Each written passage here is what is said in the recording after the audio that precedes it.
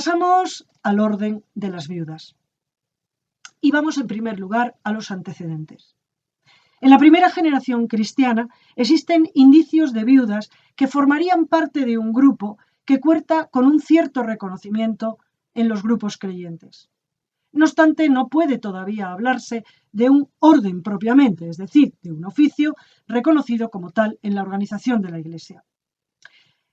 El primer testimonio está referido a la primitiva comunidad de Jerusalén y se halla en el libro de los Hechos, en el capítulo 6, versos del 1 al 7, donde se perciben algunos conflictos en dicha comunidad. En concreto, uno de estos es que las viudas helenistas no eran atendidas en la diaconía diaria. No es fácil la interpretación de este texto y, de hecho, son múltiples y muy variadas las interpretaciones que se dan. En algún estudio reciente se dice que el grupo de las viudas, del grupo de los creyentes helenistas y del grupo de los hebreos realizaban las tareas juntas, pero habrían surgido dificultades entre ellas, probablemente debido a diferencias culturales en la praxis de las comidas. No es claro en el texto de Hechos, sin embargo, si sus funciones se centran en atender a las necesidades de las viudas, que serían los miembros más vulnerables de la comunidad, o bien velaban por las necesidades de toda la comunidad. Los Hechos proveen además otro ejemplo de viudas organizadas en las comunidades de Judea. En concreto, es el episodio de Tabitá en Jope, una mujer cuya milagrosa resurrección actúa como catalizador del impulso misionero de la iglesia de Jope. Tabitá, probablemente también viuda, actúa como benefactora con sus propios recursos y no los de la iglesia. Actúa como benefactora de otras viudas, una acción que igualmente podría haber contribuido a la captación de nuevos miembros para las comunidades cristianas. La narración la presenta como alguien con suficientes recursos económicos que ha elegido libremente ponerse al servicio de otras viudas más necesitadas, que no obstante habrían sido compañeras y estarían asociadas con ella. El relato dice que los vestidos que hizo mientras estuvo con ellas, no que fueran para ellas. El episodio deja, por tanto, constancia de un grupo de viudas organizadas, reconocidas en la comunidad, ya que, después de que Pedro resucitara a Tabitá, éste llama a los santos y a las viudas para presentársela viva. Hechos 9:41. La narración muestra la especial relevancia de Tabitá dentro del grupo. Se la distingue con la calificación de discípula, la única vez que este término aparece en el Nuevo Testamento, en femenino. Al tratar de moderar las tendencias ascéticas de Corinto, Pablo incluye también una instrucción a las viudas. Es el texto de 1 Corintios 7.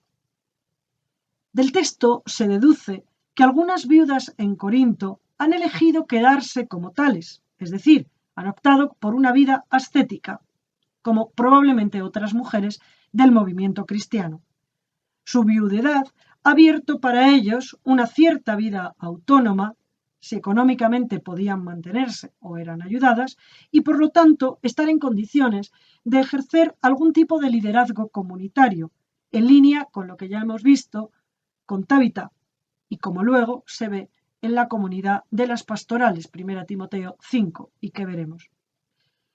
Del desarrollo que hace el apóstol se deduce que estas viudas cuentan de hecho con una autoridad espiritual que Pablo ha de contrarrestar haciendo explícito que también él tiene el espíritu. Estas viudas, que se sentían inspiradas por Dios, defenderían con fuerza un ideal de vida ascético que no todas las mujeres corintias estaban dispuestas a aceptar, como seguramente tampoco muchos varones. La respuesta paulina deja abierto el camino del celibato a estas féminas y por consiguiente el de su servicio y liderazgo eclesial, pero al mismo tiempo deja claro que no se puede imponer a nadie algo que aprovechará también el autor de las pastorales. Pasamos de estos antecedentes a los inicios del orden propiamente de las viudas. El primer vestigio de un orden propiamente de viudas aparece en las pastorales, en concreto en 1 Timoteo 5, 3-15. Este oficio, reconocido por la Iglesia y con funciones que le son propias, existe ya en la primera mitad del siglo II. Dice así el texto: que la viuda que sea inscrita en el catálogo de las viudas no tenga menos de 60 años y haya estado casada una sola vez. El orden de las viudas tendrá, como bien sabemos, una gran importancia en la Iglesia de los 3 primeros siglos. Es importante no olvidar que las pastorales enfrentan una doble problemática que no es indiferente en el tratamiento de las viudas. Por un lado, la lucha contra los opositores y por otro, el establecimiento de una clara organización eclesial para salir al paso de estos peligros. Y finalmente, el deseo de acomodarse lo más posible al orden establecido en el mundo helenístico romano, para no ser objeto de críticas y que el movimiento cristiano pudiera ser socialmente aceptable y aceptado. El texto de 1 Timoteo 5 habla de la existencia de una lista inscrita en el catálogo. Este dato no sería suficiente para afirmar que se trata de un oficio establecido. Sin embargo, el autor de las pastorales trata de definir, delimitar y también controlar las funciones que estas mujeres desempeñaron en la Iglesia. Y esto le llevó a explicitar con claridad los criterios de admisión en el orden de las viudas. ¿Cuáles son estas condiciones? En primer lugar, no tener menos de 60 años. Segundo, se prohíbe inscribir a las viudas jóvenes. Es decir, hasta ese momento pareciera que sí se han admitido, como se podía deducir de los testimonios de Tertuliano y de Ignacio de Antioquía. Tercero, probablemente se pide un compromiso de celibato, ya que se descarta a las viudas jóvenes, porque podrían querer casarse de nuevo, y si lo hacen, dice el texto, incurren en condenación por haber faltado a su compromiso anterior. Cuarto, han de ser mujeres de un solo marido, como se explicita también de los diáconos y del obispo. Al igual que los obispos, las viudas tienen que haber practicado la hospitalidad.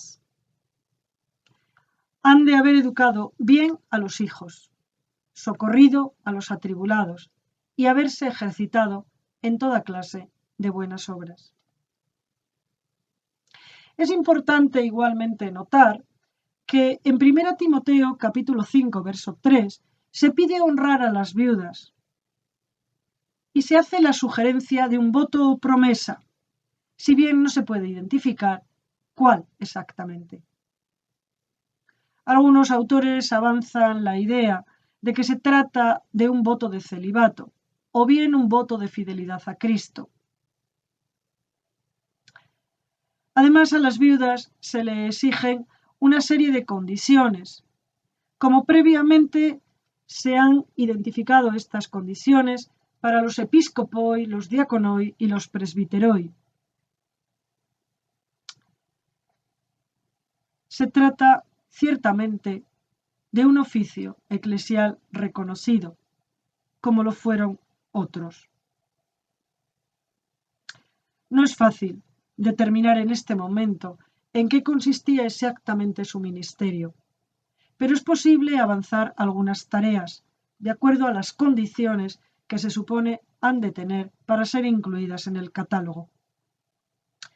Aunque claramente el autor limita la actividad de la enseñanza que algunas mujeres tenían en las comunidades, en las pastorales se opta por asignar probablemente una función de enseñanza a las viudas. Eso sí, dentro de los cánones del mundo antiguo, lo cual significa educar a otras mujeres de modo que reproduzcan el ideal de madres de familia y también el cuidado de los hijos. De hecho, según Tito, en el capítulo 2, las ancianas han de enseñar a las jóvenes a ser amantes de sus maridos y de sus hijos, a ser sensatas, bondadosas, sumisas, para que no sea injuriada la palabra de Dios. Las viudas, por lo tanto, aparecen como modelos de conducta para las mujeres casadas y también para las viudas jóvenes, que han de educar a sus hijos hasta que se casen de nuevo, que es lo que el autor de las pastorales quiere impulsar. Vamos de nuevo a las condiciones que se ponen a las mujeres para inscribirse, de acuerdo con el capítulo 5 de la primera carta a Timoteo. De esas condiciones se podría deducir que entre sus funciones está el dar hospitalidad y lavar los pies a los huéspedes de las casas, de las que son matronas y en las que también podría reunirse la asamblea cristiana. Atender a los atribulados y de modo particular a otras viudas y huérfanos sin recursos. A través del orden de las viudas se reconocía el papel que estas mujeres tenían en el bienestar de la Iglesia y en el crecimiento espiritual de sus miembros. Es bien significativo que una de sus tareas principales sea la de perseverar en sus plegarias y oraciones noche y día, a ejemplo de Ana. La conexión entre oración, continencia y ayuno es subrayada en más de un texto del Nuevo Testamento. Véase el capítulo 13 del libro de los Hechos o 1 Corintios 7. En la primera carta a Timoteo se habla también de viudas verdaderas. En la explicación más bien compleja que da el autor, parece que incluiría en esta categoría dos tipos de viudas. Por un lado, las que están abandonadas, que no tienen familia y que requieren por consiguiente la ayuda de la Iglesia, pero que además el autor insiste en que rezan continuamente y ponen su esperanza únicamente en Dios. Y por otro lado, las mujeres ricas que se hacen cargo de ellas. Con respecto a las viudas que tienen parientes, el autor insiste en que sean atendidas por sus propios parientes y que no recaiga esta responsabilidad sobre la Iglesia. Entre las primeras, podría suponerse que algunas tuvieran más de 60 años y que se habrían enrolado en el orden de las viudas. Nos referimos a esas que no tienen familia. A finales del siglo I, Clemente de Roma escribe una carta a los Corintios en la que se hace una breve referencia a las viudas a partir de un texto de la Escritura, del que no se pueden deducir datos sobre su papel y función en la vida de las comunidades creyentes. De esta referencia solo podría deducirse que las viudas constituyen un grupo vulnerable y necesitado. ¿Qué pasa con el grupo de las viudas en el siglo II?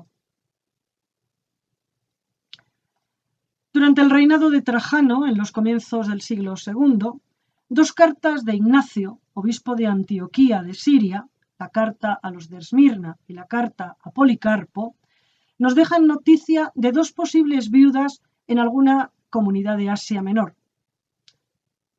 Habla de Tabías como una dirigente local que ha puesto su casa a disposición de la comunidad cristiana y por la que Ignacio ora para que, textualmente, ella pueda ser confirmada en la fe y el amor, tanto en la carne como en el espíritu.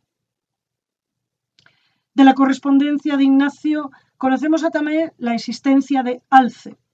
También podría haber sido un miembro destacado de la comunidad cristiana y que además ha tenido problemas por el hecho de apoyar a Ignacio. Esta mujer, de alta posición social y siendo miembro de una familia no creyente y además hostil al cristianismo, ha contado con el reconocimiento de la Iglesia de Esmirna, aunque no podamos saber en qué consistió su papel en esta Iglesia cristiana. Por el modo como Ignacio se refiere a ambas mujeres, es verosímil que se trate de viudas. no es concebible que Ignacio las nombre a ellas si tuvieran marido. Viudas que han ofrecido su hospitalidad probablemente a él y a la comunidad cristiana. En la carta a los de Esmirna, Ignacio de Antioquía saluda también a las vírgenes llamadas viudas, una expresión muy discutida entre los autores y cuyo contenido no es claro. Por el modo de nombrarlas y por el contraste con el otro grupo que nombra, los hermanos con sus esposas e hijos, parece que nos encontramos ante un grupo social muy concreto e identificable en estas iglesias.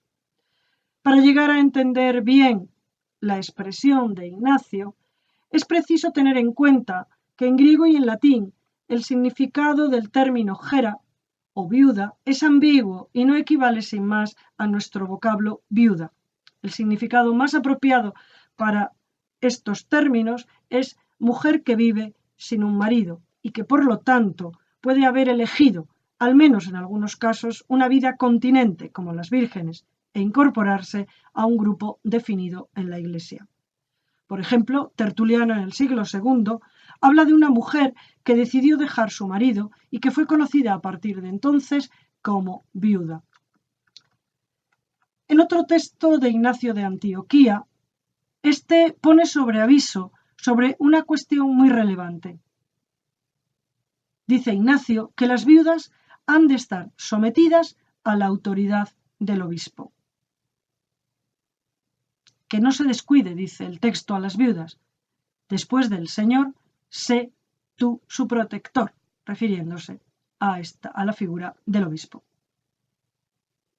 Ahora bien, antes del siglo III, las fuentes tienden a no distinguir bien entre el grupo de las viudas y el de las vírgenes. La diferenciación claramente formulada no se encuentra hasta la tradición apostólica, ese texto del siglo IV. La expresión de Ignacio, vírgenes llamadas viudas, alude a que al menos algunas del grupo de las viudas serían vírgenes, algo que parece confirmado en 1 Timoteo 5:3-6. No parece convincente la interpretación de esa expresión, según la cual se trataría de viudas que a causa de su pureza y devoción son catalogadas como vírgenes. No se ajusta al texto de Ignacio, ya que entonces habríamos esperado más bien una expresión del tipo las viudas que son llamadas vírgenes o las viudas que viven como vírgenes. Teniendo en cuenta todos estos datos, dicho grupo u orden de las viudas tendría una composición muy heterogénea, algunas no casadas, otras con diferentes experiencias maritales, con diferentes edades, también con posiciones económicas y sociales diferentes. Parece que lo que bien pronto causó problema fue la incorporación de viudas o de mujeres, jóvenes, no casadas y que se incorporaban a este grupo de las viudas. Ahí está el testimonio de las pastorales y de Tertuliano, que se oponen con firmeza a que la incorporación de vírgenes jóvenes sea un hecho en el orden de las viudas. La referencia que el mismo Tertuliano tiene sobre una virgen de menos de 20 años que ha sido admitida en el orden de las viudas, su obra sobre el velo de las vírgenes en el capítulo 9, aporta un dato más, y es que probablemente algunas de ellas necesitarían el apoyo del obispo para subsistir. Por lo tanto, el título de viuda se aplicaba además a mujeres con diferentes medios económicos y con diversos estatus sociales, como por otra parte ya hemos visto en las pastorales. En la versión interpolada de la carta a los Filadelfios, en la versión larga, se halla una instrucción a las viudas en el capítulo 4. Después de nombrar a diáconos, presbíteros y obispo, y las relaciones de obediencia entre ellos, se incluye también a las viudas. No aparecen, por tanto, en un contexto doméstico, sino en el contexto en el que se habla de la estructura eclesial. Se las insta, en concreto, a no andar a ociosas de casa en casa, a no ser charlatanas y entrometidas, y a ser como Judith, reconocidas por su seriedad, y como Ana, eminente en su sobriedad.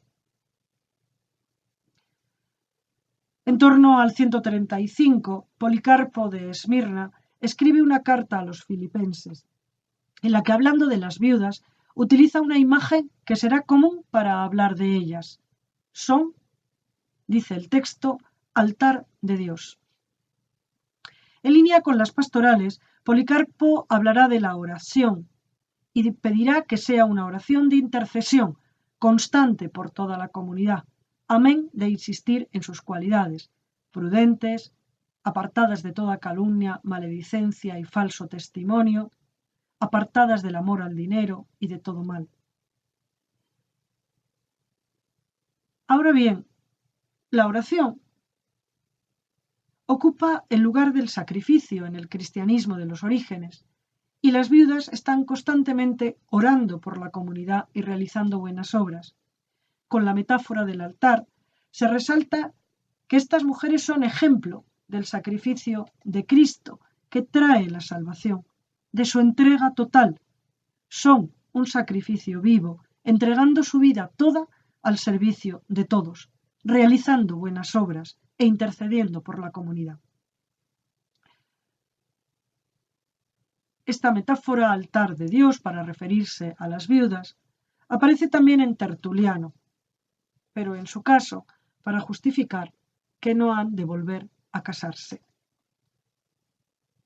También en El Pastor de Hermas, un escrito del siglo II, encontramos una referencia a una tal Grapte, a quien Hermas encarga amonestar a las viudas y huérfanos. Aunque no se dice que sea viuda, es posible que lo sea. Ella recibe una visión de las visiones de Hermas para que pueda instruir a las viudas y a sus hijos, y probablemente a personas que, como ellas, no tienen familias. A partir de esta referencia se deducen algunos elementos importantes. Por un lado, parece que estamos ante un grupo establecido en la comunidad de Roma. Por otro lado, algunas viudas como Grapte, probablemente matrona de una iglesia doméstica, tuvieron a su cargo la instrucción de otras mujeres cristianas, algo que más tarde asumirían las diaconisas en las iglesias orientales. Finalmente, la tarea que se les adjudica es la formación espiritual. Es decir, de alguna manera, podríamos decir que Grapte ha actuado como su catequista y teóloga.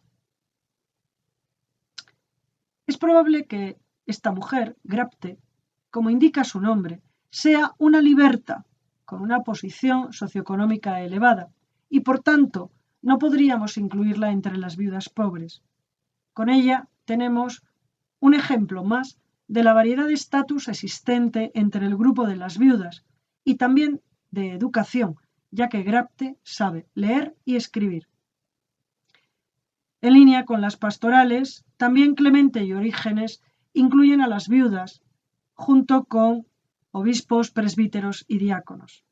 Insisten en que no se casen por segunda vez y que su enseñanza quede circunscrita a las mujeres jóvenes para inculcarlas cómo ser buenas esposas, buenas madres y amas de casa, a la vez que caritativas cristianas.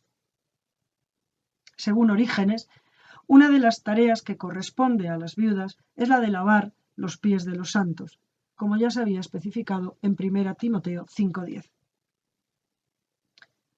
Orígenes interpreta el gesto de manera simbólica. Significa para él que las viudas enseñen lo que es bueno a las mujeres jóvenes, es decir, que las enseñen a ser castas y amantes de sus maridos y de sus hijos, lo que en ningún caso podrán hacer bajo ninguna circunstancia, de acuerdo a este autor, es enseñar en público. Podemos preguntarnos, ¿existieron conflictos? Sí. En el siglo III tenemos unos escritos canónico-litúrgicos de carácter moral y disciplinar, como son la tradición apostólica, la Didascalia Apostolorum, que dejan entrever los problemas existentes con las viudas en estas iglesias en estas fechas.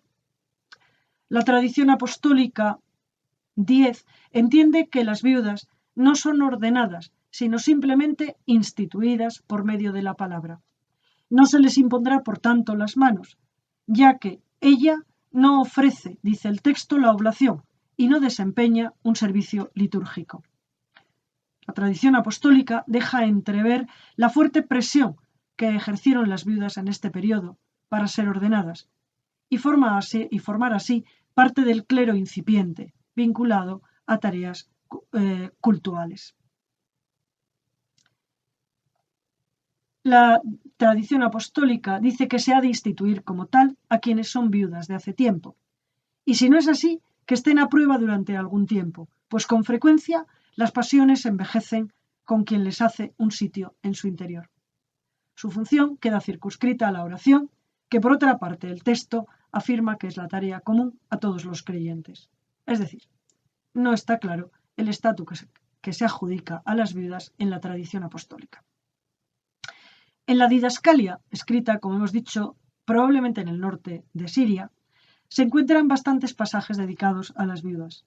En muchos de ellos se refiere a las viudas pobres, quienes junto a los huérfanos, los pobres y los extranjeros pertenecen al grupo de personas que necesitan la ayuda económica del obispo. A él le corresponde velar porque los fondos que reciban provengan de fuentes honestas, porque sólo si la viuda, dice el texto, se sacia con pan de justicia, puede ofrecer su oración a Dios y servirle con pureza de corazón. Las viudas, que se inscriben como tales, ocupan, de acuerdo a la Didascalia, un lugar señalado en las asambleas litúrgicas y así parecen constituir un orden establecido, si bien la única condición que se especifica es que tengan 50 años. El hecho de aparecer normalmente citadas en la Didascalia con el clero es un signo de la importancia del grupo de las viudas en este siglo III. Como ya hiciera Policarpo, se dice de ellas que son altar de Dios, porque reciben parte de las ofrendas de los fieles y se las insta por ello a permanecer en sus casas y a rezar en ellas incesantemente por quienes las ayudan económicamente y por toda la Iglesia. Esta es, de acuerdo a la Didascalia, su principal tarea. La Didascalia da una importancia grandísima a la oración de las viudas, convencido el escritor de que Dios escucha especialmente la oración de los que no tienen ayuda, de los humildes y de los que tienen su corazón enteramente puesto en él. Además de la oración, la lista de deberes de las viudas es amplia y siempre sujeta a la obediencia del obispo: realizar buenas obras, hacer vestidos en sus casas para quienes los necesitan, visitar e imponer las manos a los enfermos, ayunar y rezar por ellos. No obstante, este manual de disciplina eclesiástica deja constancia del agudo conflicto existente con las viudas. Se insiste en que su actuación esté bajo el control del obispo. Se prohíbe a las viudas que ayunen y oren con los penitentes, para que luego fuesen readmitidos públicamente en la Iglesia. Ante los problemas disciplinares, la viuda ha de hacer como si no lo viera ni lo oyera, porque una viuda no ha de preocuparse de nada más que de orar por el benefactor y por toda la Iglesia. La insistente prohibición de enseñar y bautizar sugiere que las viudas, al menos sí lo hacían en algunos contextos, y que la Didascalia trata de controlar y eliminar estas conductas. Son duros los testimonios al respecto. No está permitido, dice, a la viuda ni al laico hablar de esto, pues si hablan de ello sin conocimiento de la doctrina, blasfeman contra el verbo. En otro texto dirá: a la mujer no le permitimos ni bautizar ni dejarse bautizar por otra mujer. Como vemos, este manual de disciplina eclesiástica restringe mucho el papel de las viudas. Los conflictos existentes con ellas, que parece que hizo que ellas resistieran fuertemente a las presiones para que dejaran de enseñar y bautizar, se percibe en las etiquetas negativas que el autor de la didascalia les adjudica. Os consideráis, dice el autor, más sabias que los presbíteros y los obispos. Son como ciegos que no piensan más en que les den. Son chismosas, desvergonzadas y criticonas. Provocan riñas, son atrevidas y no tienen pudor alguno. Se las acusa de avidez. Y al mismo tiempo se trata de reconvertirlas a las virtudes propias de las mujeres y de restringir sus actividades públicas. No obstante, la didascalia parece admitir todavía algún papel evangelizador de las viudas, ya que se les reconoce que en los encuentros con los no creyentes puedan dar razón de algunas cuestiones doctrinales, por ejemplo, referidas a la unidad de Dios, pero nunca sobre la encarnación, la pasión de Cristo o cuestiones escatológicas. Estas les corresponde enseñarlas a los dirigentes varones. La didascalia representa, por tanto, un momento en el que el orden de las viudas va siendo sustituido por el orden de las diaconisas, asociadas al obispo en las tareas pastorales. Si las viudas dejan de enseñar, las mujeres diáconos enseñarán a las recién bautizadas. No avanzamos más y dejamos aquí nuestra explicación sobre el papel de las mujeres diáconos y de las viudas. Hemos podido ver los antecedentes, hemos podido ver la evolución de estos ministerios, así como también los cambios que se van implementando en las funciones que estas mujeres realizan dentro de las comunidades eclesiales. Terminamos estas clases sobre el papel de liderazgo que las mujeres tuvieron en los orígenes cristianos. Creemos que ha sido posible ver a lo largo de estas exposiciones que realmente fueron protagonistas junto con los varones de la animación de la vida en las comunidades y de la evangelización.